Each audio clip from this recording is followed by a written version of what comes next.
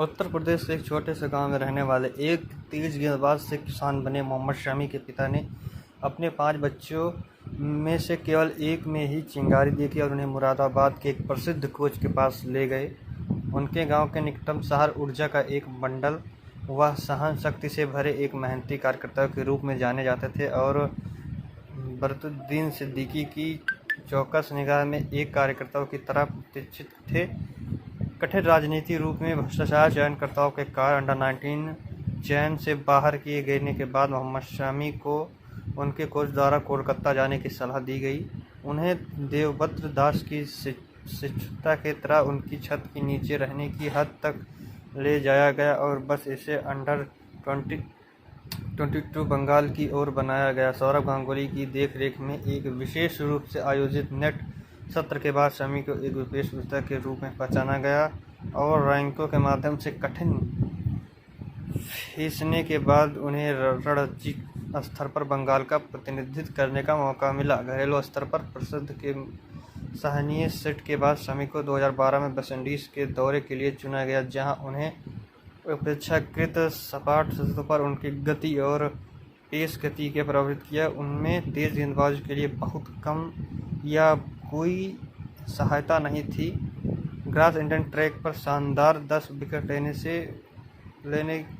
से लेकर इंदौर ट्रैक पर अद्भुत 11 विकेट लेने तक शमी तेजी से भारतीय घरेलू सर्किट में स्ट्रेट आउट और बहुमुखी प्रदर्शन करने वाले में एक साबित हो रहे थे। शमी ने धीरे धीरे अंतर्राष्ट्रीय स्तर पर अपनी जगह बनाई और 2013 की शुरुआत में उन्हें एक दिवसीय पदार्पण सौंपा गया। धीरे धीरे लेकिन निश्चित रूप से उन्हें महत्वपूर्ण योगदान देना शुरू कर दिया और पुरानी सफ़ेद गेंद को रिवर्स कटर स्विंग करने की उनकी क्षमता के साथ वह सीमित के लिए एक अनिवार्य संपत्ति बन गए। ओवर टीम इस प्रतियोगिता में 50 एकदिवसीय विकेट लेने वाले दूसरे सबसे तेज भारतीय बने। उन्होंने 2015 में विश्व कप में 17 विकेट लेकर स्वर्ण में अपनी योग्यता साबित की और टूर्नामेंट से सबसे अधिक विकेट लेने वाली गेंदबाज में एक के रूप में समाप्त हुए। भारत में पता चला कि उनको घुटने की चोट के कारण विश्व कप खेलना था। प्रदर्शन में गहराई से देखते हुए वह टूर्नामेंट में भारत का सबसे किफायती गेंदबाज था। ऑस्ट्रेलिया के खिलाफ सेमीफाइनल में हार को छोड़कर उस अवधि में जब बल्लेबाजों के लिए पावर प्ले कानूनी को ढेर कर दिया था। लाल चेरी के साथ शमी ने वेस्टइंडीज के खिलाफ घरेलू श्रृंखला में पदार्पण किया, जिन्हें सचिन तेंदुलकर की विदाई श्रृंखला के रूप में जाना जाता है। उन्हें तुरंत सीम अप डिलीवरी करने और सीम से गेंद को संकलित करने के लिए साथ साथ भारत के एनसीजी गेंद को रिवर्स स्विंग करने की अपनी क्षमता से प्रभावित किया और परिणाम स्वरूप उनको वेस्टइंडीज के खिलाफ डेब्यू पर 9 विकेट मिले।